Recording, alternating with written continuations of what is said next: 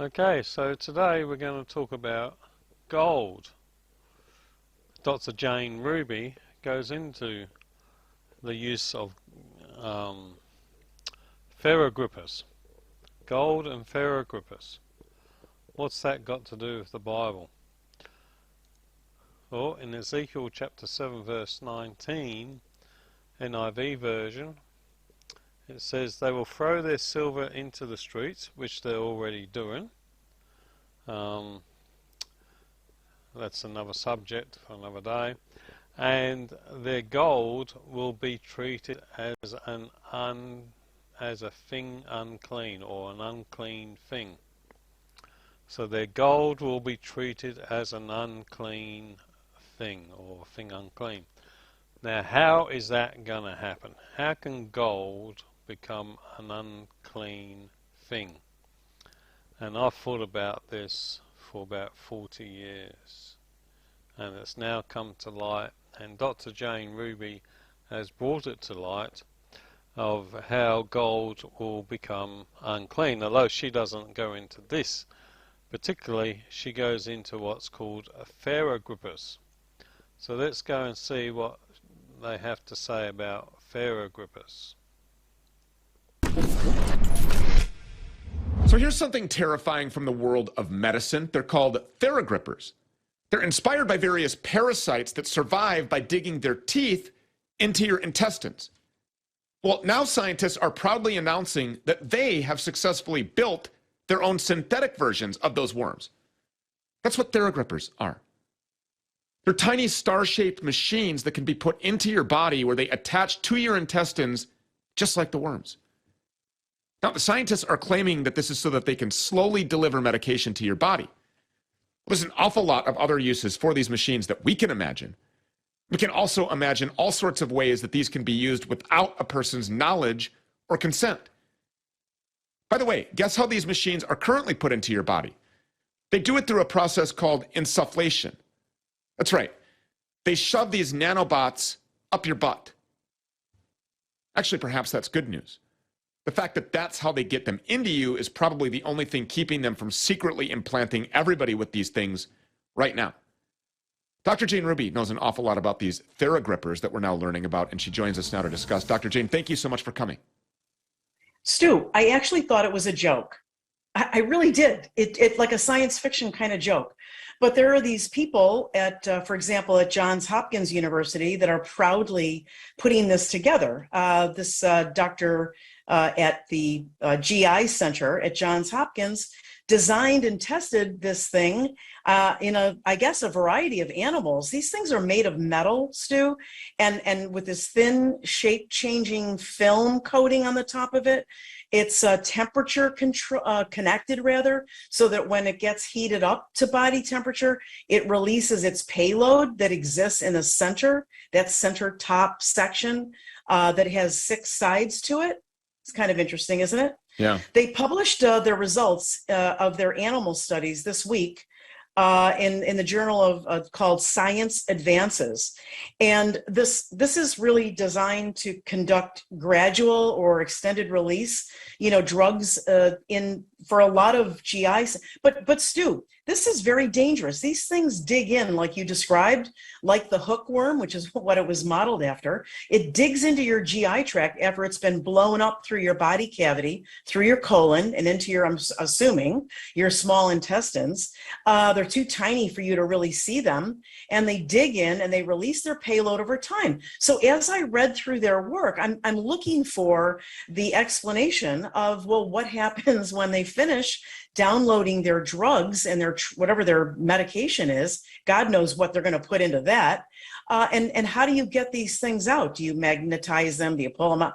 And Stu, you won't believe this, but what they're planning to do and what they've done with the animals is they've said, look, the GI tract in mammals has a lot of motility or movement, and it does. It's a one-way motility that kind of pushes things toward the other end, and then many processes occur in the process. But you can't guarantee that these things won't cause obstructions. And let me tell you something, Stu, when you have an obstruction or a twisting of the bowel, or you have maybe an infection of these The human GI tract or any GI tract is not sterile.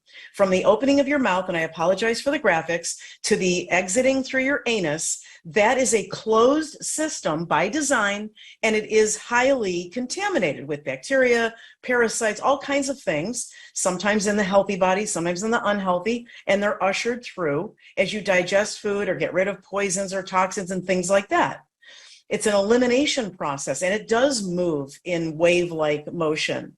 However, you can't guarantee that these things won't clump up, they won't get stuck permanently, that you're not going to need surgery, that you're not going to have incredible infections. And when you get infections in the GI tract, you are at very high risk for sepsis, which is an all-body infection, and that is a life-threatening situation. Well, let me just play devil's advocate here for a second, Sure. and I'm going to defend these psychopaths that are shoving these things up people's asses.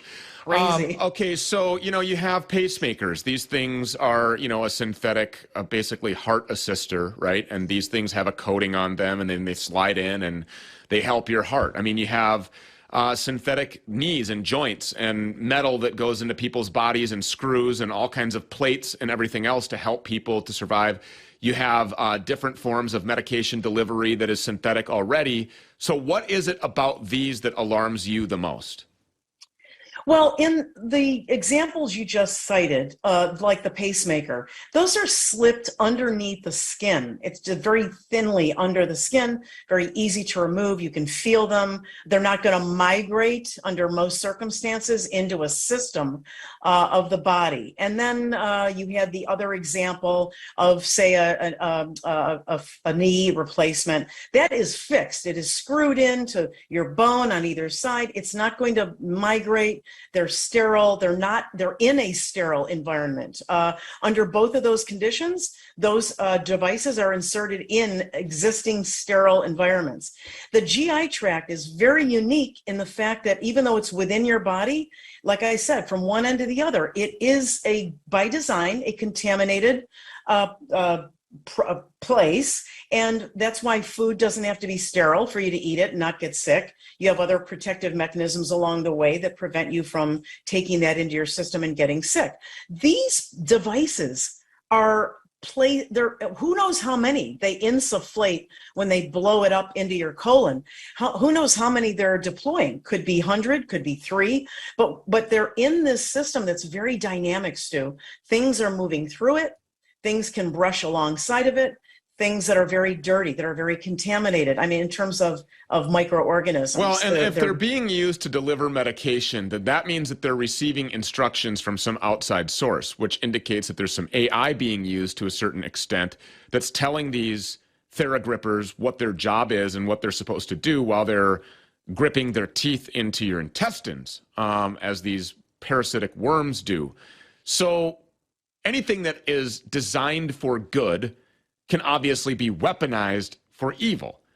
So what else are these Therra grippers capable of being programmed to do? Only God knows, and the scientists that created them. But in a world where everything seemingly is being designed to kill us, I don't know that anybody should be grabbing their ankles and accepting Therra grippers from the scientists. Well, and the other thing is, Stu, there's the issue of informed consent. I want people to know that this technology is being brought forward because you're likely not going to get to make an informed decision and give your consent. You won't even know it's happening. Yeah, are these things being put in under an emergency basis while somebody is laying unconscious or sedated on the operating room table, and some doctor gets off on putting these things, where, and testing them out? Hey, glad that you're awake. Just want you to know that during your surgery, we did something great. We put these things, and they're going to deliver your medication. There's no need for follow-up here. You don't have to come back in and have this or that. You don't have to go have this procedure because guess what? There is a synthetic parasite now digging its teeth into your intestines, and we're going to program it to help you. Right. And now you're in a clinical trial, and you didn't give your permission. Sound familiar, Stu? Yes, absolutely. So, doing a Therra grippers patent search on Google comes up with self-actuating chemomechanical devices for delivery, or chemical devices for delivery. So let's go and have a look at the patent, and we can see here the patent self-actuating chemo. Is it chemo or chemical? I suppose it doesn't really matter. Both the same, really. Chemical devices for delivery and extended release of therapeutic agents in the gastrointestinal tract, so in the intestines.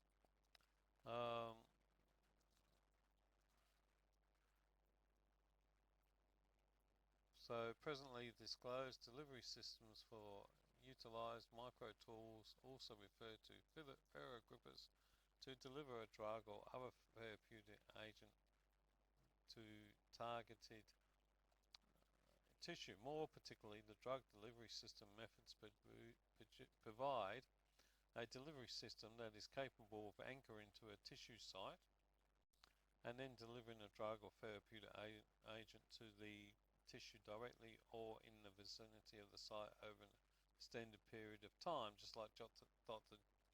Jane said. Any number of Therra may be deployed, so you can stick 100,000 of these things up your backside as desired to deliver doses of a desired drug or therapeutic agent.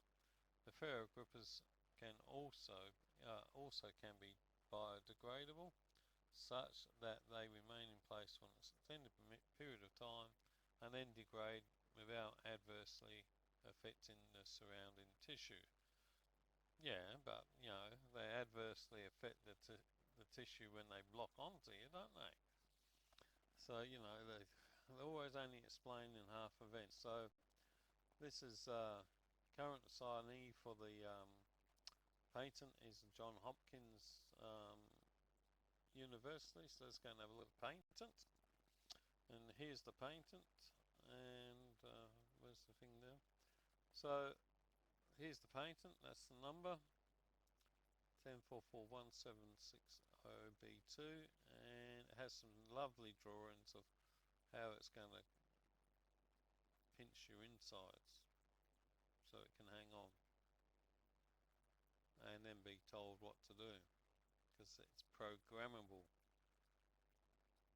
So as you can see, the shots are very, they're very small, very, very small things that are manufactured. So what we want to do is find out where is gold in this. So